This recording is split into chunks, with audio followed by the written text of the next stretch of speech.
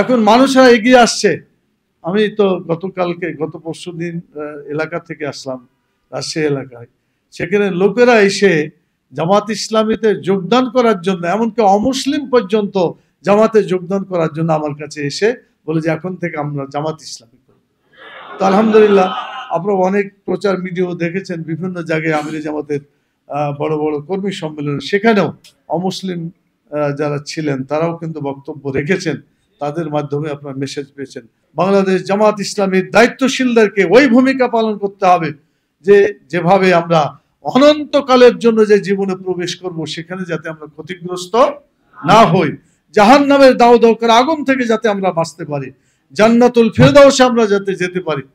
এখানে আপনারা তো আছেন, আমাদের সাংবাদিক বন্ধুগণ আছে, তাদেরকে সামনে নিয়েও আমরা কথা বলতে চাই। প্রত্যেকটা মানুষের কাজের হিসাব কাল কিয়ামতে আল্লাহর কাছে দিতে হবে। আপনি হাত দিয়ে কি করছেন, হাতে কথা বলবে, মুখ দিয়ে কি বলেছেন, মুখ পর্যন্ত বন্ধ করে দিয়ে সে রেকর্ড আল্লাহ তাআলা পেশ করবেন, যেটা সূরা ইয়াসিনে বলা হয়েছে যে আল্লাহ আল ইয়াউমা নাখতিমু আলা আফওয়াহিহিম ওয়া তুকাল্লিমুনা আইদিহিম ওয়া তাশহাদু আরজুলুহুম বিমা কানু ইয়াকসিবুন। আল্লাহ তাআলা সেদিনকে জবান বন্ধ করে দিয়ে হাতে কথা বলবে, পায়ে সাক্ষী দিবে। অন্য সূরাতে সূরা নূরে আল্লাহ তাআলা বলছেন যে সামউহুম ওয়া আবসারুহুম ওয়া জুলুদুহুম, তাদের কান সাক্ষী দিবে, তাদের চোখ সাক্ষী দিবে, তাদের চামড়া সাক্ষী দিবে। আল্লাহ তাআলা ওই চামড়া তখন বলবে, না ওই ব্যক্তি বলবে যে চামড়াকে, যে তুমি কেন আমার বিরুদ্ধে সাক্ষী দিচ্ছ? মায়ের পড়লে তো তোমার গায়ে মায়ের পড়বে, তুমি কেন আমার বিরুদ্ধে সাক্ষী দিচ্ছ? চামড়া তখন কথা বলবে, আনতাকাল্লাহ আনতাকানাল্লাহ, আল্লাহ তাআলা কথা বলার শক্তি আমাদেরকে দিয়েছেন। আল্লাহ জি আনতাকা কুল্লা শাইইন, সকল বস্তুকে, সকল জীবকে যেভাবে আল্লাহ কথা বলার সুযোগ দিয়েছেন, শক্তি দিয়েছেন, আজকে আল্লাহ তাআলা আমাকেও সেভাবে শক্তি দিয়েছেন কথা বলার। অতএব আজকে দুনিয়াতে তুমি কি করেছো, কিভাবে চুরি করেছো, কিভাবে ডাকাতি করেছো, কিভাবে ছিনতাই করেছো, কিভাবে চাঁদাবাজি করেছো, কিভাবে মানুষকে খুন করেছো, জেনা ব্যভিচার করেছো, সকল খারাপ কাজের রেকর্ড সেদিনকে আল্লাহ তাআলা দেখাবেন। সেদিন আমরা কেউ বাঁচতে পারবো না যদি এই ধরনের খারাপ কাজে জড়িত হই।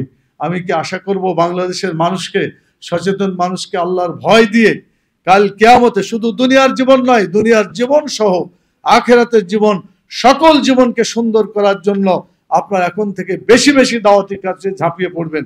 কি রাজি আছেন আপনারা? ইনশাআল্লাহ এই কাজটা যত বেশি হবে তত আপনারা নেকি পাবেন, তত বাংলাদেশের মানুষের তকদির ভালো হবে, এই জাতি সুন্দরভাবে জীবন যাপন করতে পারবে।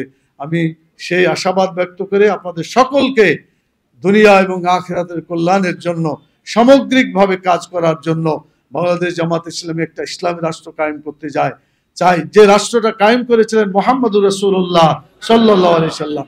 বাংলাদেশে ততদিন শান্তি হবে না, ততদিন জুলুম বিদায় হবে না, অত্যাচার, নির্যাতন, সন্ত্রাস, চাঁদাবাজি কিছুই দূর হবে না যদি না ইসলামী শাসন এখানে কায়েম হয়। ইসলাম আসলেই জুলুম পালাবে, অন্যায় চলে যাবে, অত্যাচার চলে যাবে, সব ধরনের খারাপ কাজ চলে যাবে। আলো আসলে অন্ধকার পালায়, একইভাবে ইসলাম হচ্ছে আলো। এই ইসলাম আসলেই বাংলাদেশ থেকে সকল অপকর্ম দূর হবে ইনশাআল্লাহ। একটি সুখী, সমৃদ্ধশালী, সুন্দর একটি বাংলাদেশ আমরা পাবো। আল্লাহ তাআলার কাছে দোয়া করি আপনাদের মাধ্যমে সেই কাজটা অব্যাহতভাবে চালিয়ে যাওয়ার জন্য, দিনকে ভালোভাবে মানুষের কাছে বোঝানোর জন্য আপনি এখন থেকে বেশি বেশি সময় দিবেন, এই আবেদন জানিয়ে এবং আল্লাহ তাআলার কাছে তৌফিক কামনা করে আমি আমার সংক্ষিপ্ত কথা এখানেই শেষ করছি।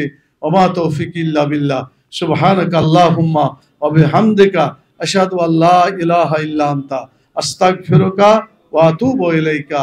আসসালামু আলাইকুম ওয়া রাহমাতুল্লাহি ওয়া বারাকাতুহু।